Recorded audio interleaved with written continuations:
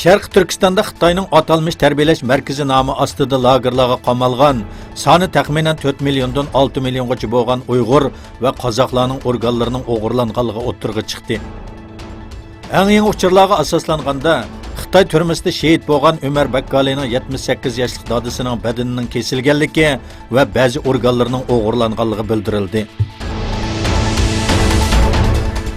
Xitoy Tashqi ishlar ministrligi Saudiya Arabistonlik jurnalist Jamal Xoshiqchining o'ldirilishini ta'laysizlik deb atadi. Tashqi ishlar ministrligi bayonotchisi Beyjingda o'tkazilgan muxbirlarni kutib olish yig'inida Xoshiqchining o'ldirilishi haqida Saudiya Arabiston tarafidan berilgan bayonotlar va tekshirishlar, shundaqla Turkiyaning o'z ichiga olgan barliq taraflarning bayonotlarini kuzatib kelayotganligini bildirdi. Xitoy Mudofaa ministri Wei Fenghe payshanba kuni qilgan so'zida kim bo'lishidan qat'iy nazar Tayvanni Xitoydan ayirishga harakat qiladi ekan, Xitoy qurolli qismlarining harakatga o'tadiganligini aytdi. U bu so'zini Beyjingda o'tkazilgan Shanshan munbirida degan.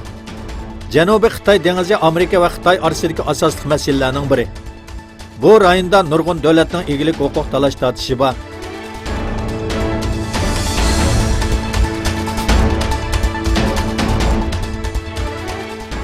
Angliyaning Saudiya Arabiston va Yaman mudofaa elchisi Leytenant Biri Anli jurnalist Jamal Xoshiqchi jinoyatidan keyin Saudiya Arabiston podshohining inovati va ishonchini oshirish uchun valiahd shahzoda Muhammad ibn Salmonni vazifasidan ilib etishi mumkinligini aytdi.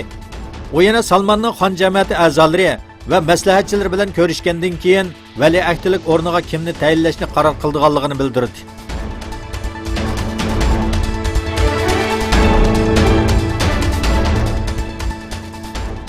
Amerikada 6 noyabr o'tkaziladigan majlis aro saylamiga 2 hafta qolgan bir vaqtda shubhalik posilka voqeasi o'ttirg'i chiqdi.